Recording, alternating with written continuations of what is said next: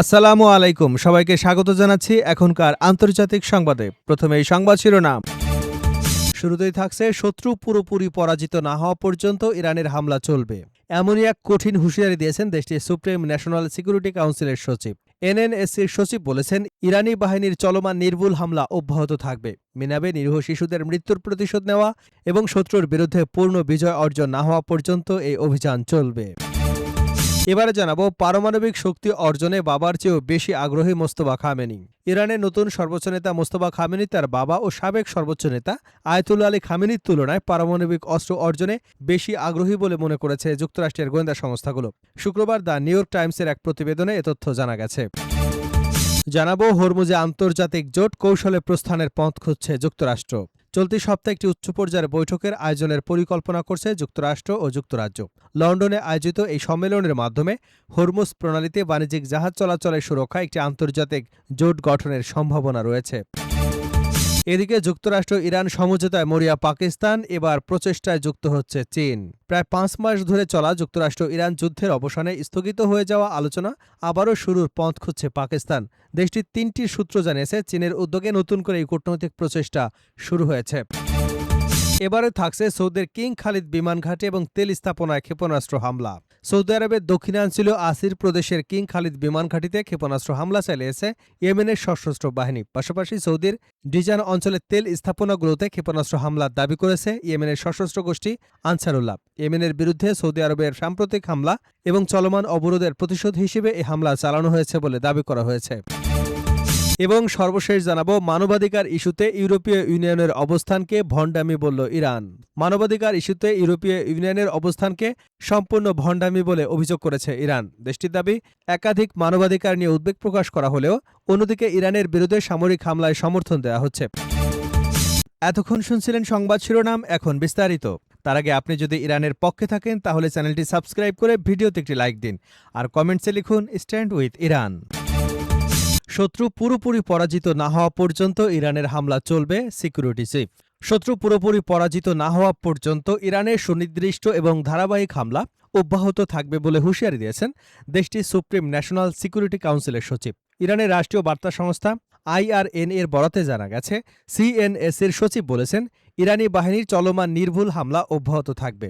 মিনাবে নিরীহ শিশুদের মৃত্যুর প্রতিশোধ নেওয়া এবং শত্রুর বিরুদ্ধে পূর্ণ বিজয় অর্জন না হওয়া পর্যন্ত এই অভিযান চলবে। তিনি বলেন, শত্রু সম্পূর্ণভাবে পরাজিত না হওয়া পর্যন্ত এবং নিরপরাধ শিশুদের রক্তের প্রতিশোধ না নেওয়া পর্যন্ত আমাদের পদক্ষেপ অব্যাহত থাকবে।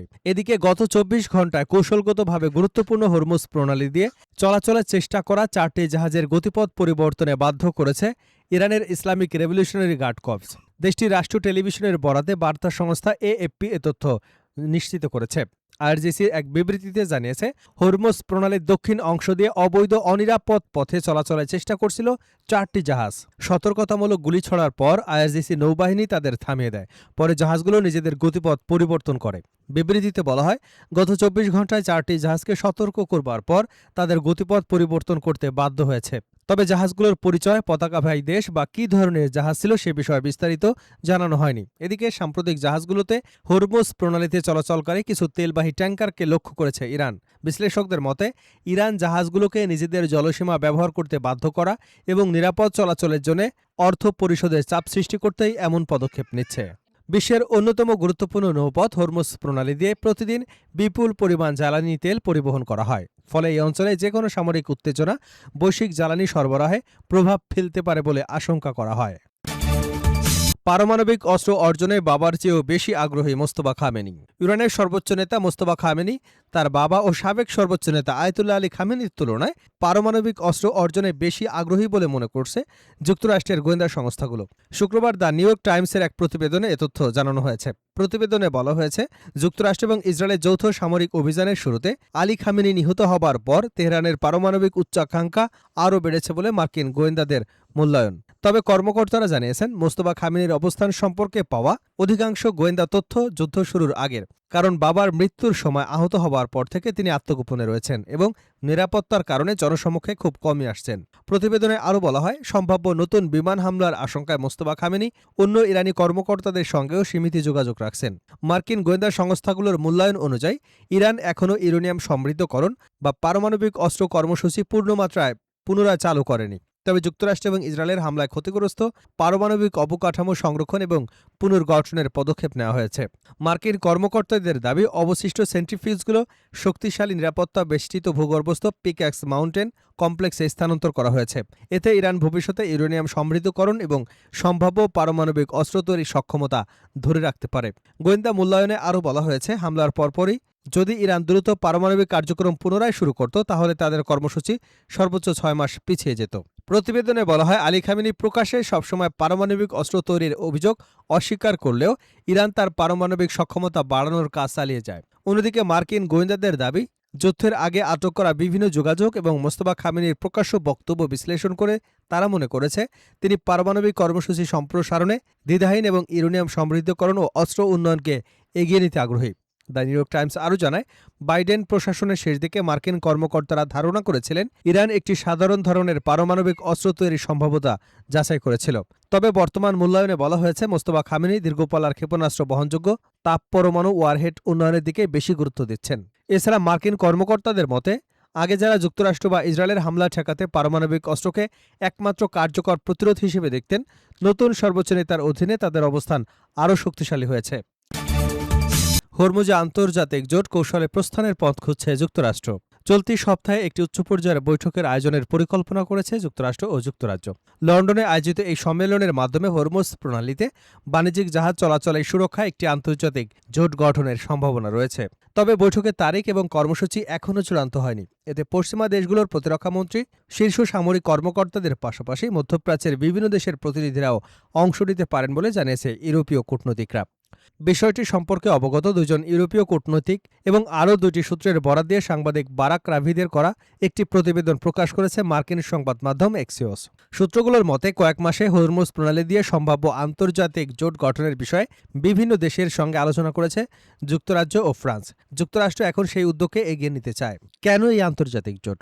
ইরানের সঙ্গে চলমান যুদ্ধ থেকে পিছু হটতে যুক্তরাষ্ট্রের সম্ভাব্য কৌশলের একটি গুরুত্বপূর্ণ অংশ হচ্ছে হরমুজ প্রণালীতে জাহাজ চলাচল পুনরায় স্বাভাবিক করা। একই সঙ্গে এটি বৈশ্বিক জ্বালানি বাজার স্থিতিশীল করবার প্রচেষ্টারও অন্যতম উপাদান।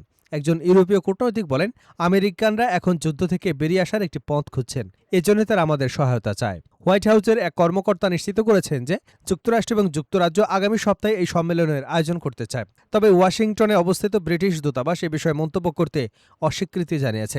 যুক্তরাষ্ট্র চায় তার মিত্ররা অঞ্চলটিতে মাইন অপসারণকারী জাহাজ, যুদ্ধজাহাজ এবং ড্রোনসহ বিভিন্ন সামরিক সক্ষমতা পাঠিয়ে বাণিজ্যিক নৌপথ নিরাপদ রাখতে সহায়তা করুক। এক্ষেত্রে অনেক দেশই একটি শর্ত দিয়েছে। শর্তটি হচ্ছে, হরমুজ প্রণালীতে সংঘাত বন্ধ করতে হবে। 2 সপ্তাহ আগে হরমুজ প্রণালী বন্ধ ঘোষণা করে ইরান। এরপর থেকে এই জলপথ বাণিজ্যিক জাহাজে হামলা শুরু করে আইআরজিসি। এমন প্রেক্ষাপটে প্রতিদিনই ইরানের দক্ষিণ উপকূলে হামলা চালিয়ে আসছে যুক্তরাষ্ট্র। হরমুজে জাহাজে হামলার বিষয়ে গত বুধবার ইরানকে হুমকি দেন মার্কিন প্রেসিডেন্ট ডোনাল্ড ট্রাম্প। তিনি বলেন, হরমুজ প্রণালীতে ইরান যদি আবারও জাহাজে হামলা চালায়, তাহলে যুক্তরাষ্ট্র তেহরান সহ বিভিন্ন স্থানে সেতু, বিদ্যুৎ কেন্দ্রে বোমা হামলা চালাবে। এর জবাবে ইরান যুক্তরাষ্ট্রের মিত্র উপসাগরীয় দেশগুলোতে থাকা মার্কিন সামরিক ঘাঁটিতে হামলারও হুমকি দেয়। যুক্তরাষ্ট্র ইরান সমঝোতায় মরিয়া পাকিস্তান, এবার প্রচেষ্টায় যুক্ত হচ্ছে চীন। প্রায় 5 মাস ধরে চলা যুক্তরাষ্ট্র ইরান যুদ্ধের অবসানে স্থগিত হয়ে যাওয়া আলোচনা আবার শুরুর পথ খুঁজছে পাকিস্তান। দেশটির 3টি সূত্র জানিয়েছে, চীনের উদ্যোগে নতুন করে এই কূটনৈতিক প্রচেষ্টা শুরু হয়েছে। সূত্রগুলো জানায়, এ সপ্তাহে ইরানের পররাষ্ট্রমন্ত্রী ইস্কেন্দার মোমেনির ইসলামাবাদ সফরের সময় বিষয়টি নিয়ে প্রাথমিক আলোচনা হয়েছে। গত 10 দিনের মধ্যে এটি ছিল তার দ্বিতীয় পাকিস্তান সফর। ইরানের ইসলামী বিপ্লবী গার্ড বাহিনীর ঘনিষ্ঠ হিসেবে পরিচিত মোমেনি পাকিস্তানের শীর্ষ সরকারি কর্মকর্তাদের পাশাপাশি সেনাপ্রধান আসিম মুনিরের সঙ্গেও বৈঠক করেন। তবে সূত্রগুলো জানিয়েছে, যুক্তরাষ্ট্রের সঙ্গে নতুন করে আলোচনা শুরু করবার পথে এখনও বড় ধরনের বাধা রয়েছে। মধ্যস্থতাকারী হিসেবে পাকিস্তানের অবস্থানও বেশ জটিল। চলতি সপ্তাহে ইরান সমর্থিত ইয়েমেনের হুতি বিদ্রোহী গোষ্ঠী সৌদি আরবের বিরুদ্ধে নৌ অবরোধ ঘোষণা দিয়েছে। অন্যদিকে গত বছর পাকিস্তানের সঙ্গে পারস্পরিক প্রতিরক্ষা চুক্তি করেছে সৌদি আরব। পাকিস্তান দীর্ঘদিন ধরে সৌদি আরবের আর্থিক সহায়তার উপর নির্ভরশীল, তাই হুতিদের সাম্প্রতিক হামলা নিন্দা জানিয়েছে ইসলামাবাদ। বিশ্লেষকদের মতে, পাকিস্তান যদি ইরানের প্রতি বেশি সহানুভূতিশীল অবস্থান নেয়, তাহলে সৌদি আরবের সঙ্গে দেশটির সম্পর্কে টানাপোড়েন তৈরি হতে পারে। অন্যদিকে পাকিস্তান চীনেরও গুরুত্বপূর্ণ অর্থনৈতিক অংশীদার। মধ্যপ্রাচ্যের গুরুত্বপূর্ণ বাণিজ্য পথগুলো সচল রাখতে কূটনৈতিক সমাধান চায় বেইজিং। পাকিস্তানের 3টি সূত্র জানিয়েছে, গত সপ্তাহে চীন সফরের সময় দেশটির পররাষ্ট্রমন্ত্রী ইসা আকদার মধ্যপ্রাচ্য পরিস্থিতি নিয়ে চীনা কর্মকর্তাদের সঙ্গে আলোচনা করেছেন। পাকিস্তান সরকারের এক কর্মকর্তা বলেন, যুদ্ধ চলমান থাকা এবং হরমুজ প্রণালী বন্ধ থাকায় চীনের স্বার্থ ক্ষতিগ্রস্ত হচ্ছে। পাশাপাশি লোহিত সাগরের অস্থিরতা তৈরি হলে বেইজিংয়ের আরেকটি গুরুত্বপূর্ণ বাণিজ্য পথও বন্ধ হয়ে যাবে। চীনের পররাষ্ট্র মন্ত্রণালয় এক বিবৃতিতে জানিয়েছে, পাকিস্তান ও অন্যান্য পক্ষের মধ্যস্থতার প্রচেষ্টাকে সমর্থন করে চীন। একই সঙ্গে উপসাগরীয় অঞ্চলে দ্রুত শান্তি ফিরিয়ে আনতে সক্রিয় ভূমিকা রাখার প্রতিশ্রুতি দিয়েছে দেশটি।